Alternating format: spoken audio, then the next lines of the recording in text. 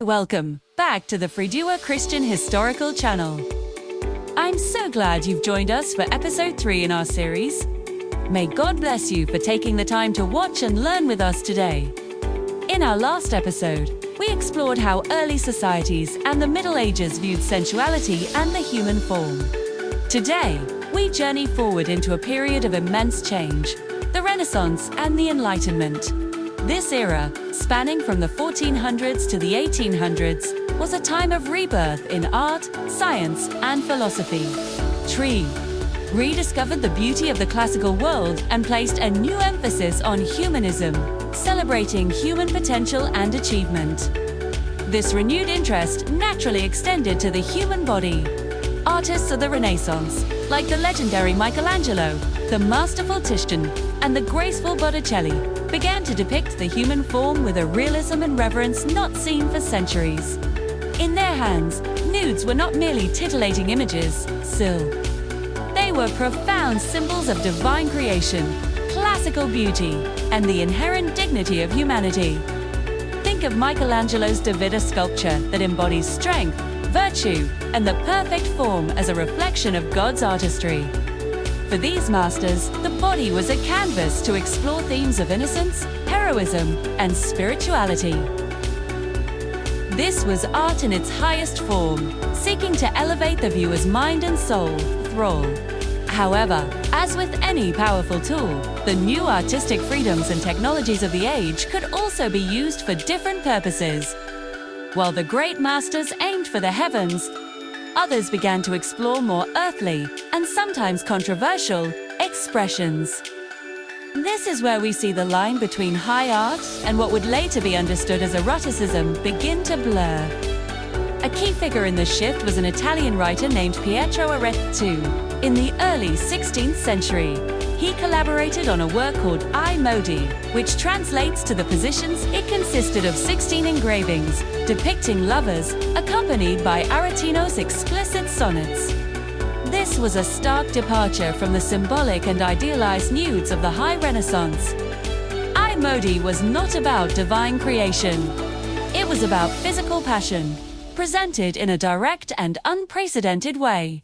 The reaction was immediate and severe. The Catholic Church and public authorities were outraged. The Pope swiftly banned the work, and copies were ordered to be destroyed. The artist who created the engravings was even imprisoned for a time. But this official condemnation had an unintended effect. Instead of disappearing, I Modi went underground. Secret copies were made and circulated discreetly among the European elite. The very act of banning it made it an object of clandestine fascination. It became a forbidden fruit, a symbol of rebellion against the strict moral codes of the time. This pattern of suppression leading to underground circulation would become a defining characteristic of explicit material for centuries to come. The challenge of controlling such works was amplified by one of the most important inventions in human history, the printing press, developed by Johannes Gutenberg around the 1450s. Before the printing press, every book or image had to be copied by hand, a slow, expensive, and laborious process. These naturally limited the spread of any text, including controversial ones. But the printing press changed everything. Suddenly, it was possible to produce hundreds, even thousands, of copies of a book or a set of images quickly and relatively cheaply. This innovation fueled the Protestant Reformation and the scientific revolution, spreading knowledge and ideas like wildfire. It democratized information. This same technology could also be used to mass-produce the very materials that authorities were trying to suppress. By the 1600s and 1700s, an entire underground industry had emerged. France and Italy, particularly, became known as centers for this clandestine trade. Secret printing houses, hidden from the eyes of censors and police, churned out erotic books, poems, and images. These networks were sophisticated, smuggling their forbidden wares across borders.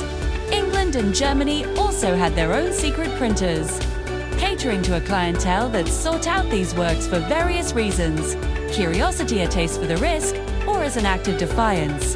The printing press made it almost impossible to completely stamp out these materials.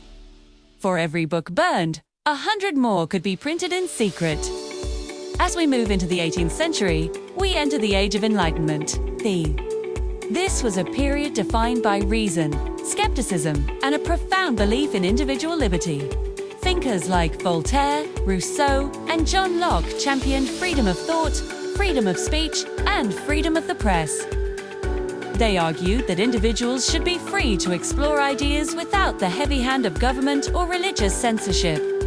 This intellectual movement created a climate where challenging established norms was not just possible, but celebrated. Naturally, this philosophical defense of freedom was extended by some to the realm of sexuality.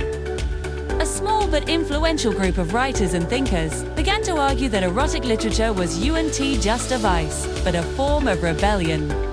They saw it as a way to push back against what they viewed as the oppressive moral control of the church and the state.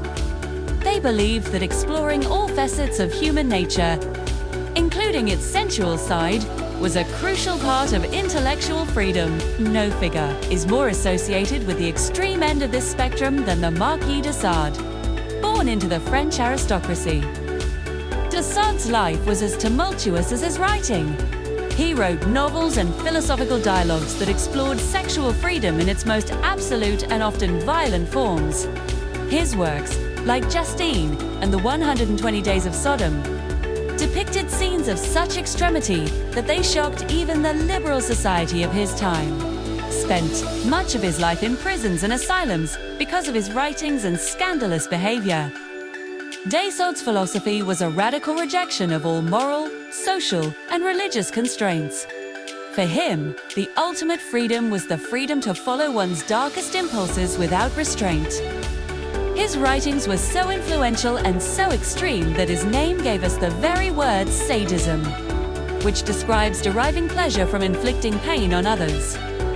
While de Sade's works were and remain deeply controversial, they represent the philosophical endpoint of the Enlightenment's challenge to traditional morality. He took the idea of freedom of expression to its most terrifying and logical conclusion. So, by the end of the 18th century, the landscape had been completely transformed. The Renaissance had revived the body as a subject of art. But the printing press and the Enlightenment's philosophy of freedom had created the conditions for a market in explicit material to grow. What started as a secret society fascination with works like Imodi had evolved into a philosophical debate about the very nature of liberty and censorship.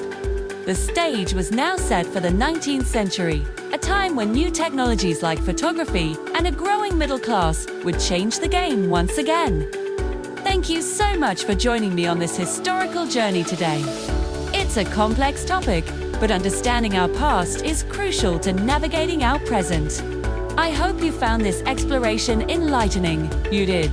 Please consider liking this video, subscribing to the Fredua Christian Historical channel, and ringing that bell so you won't miss our next episode.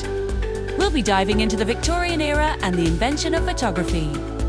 God bless you, and we'll see you next time.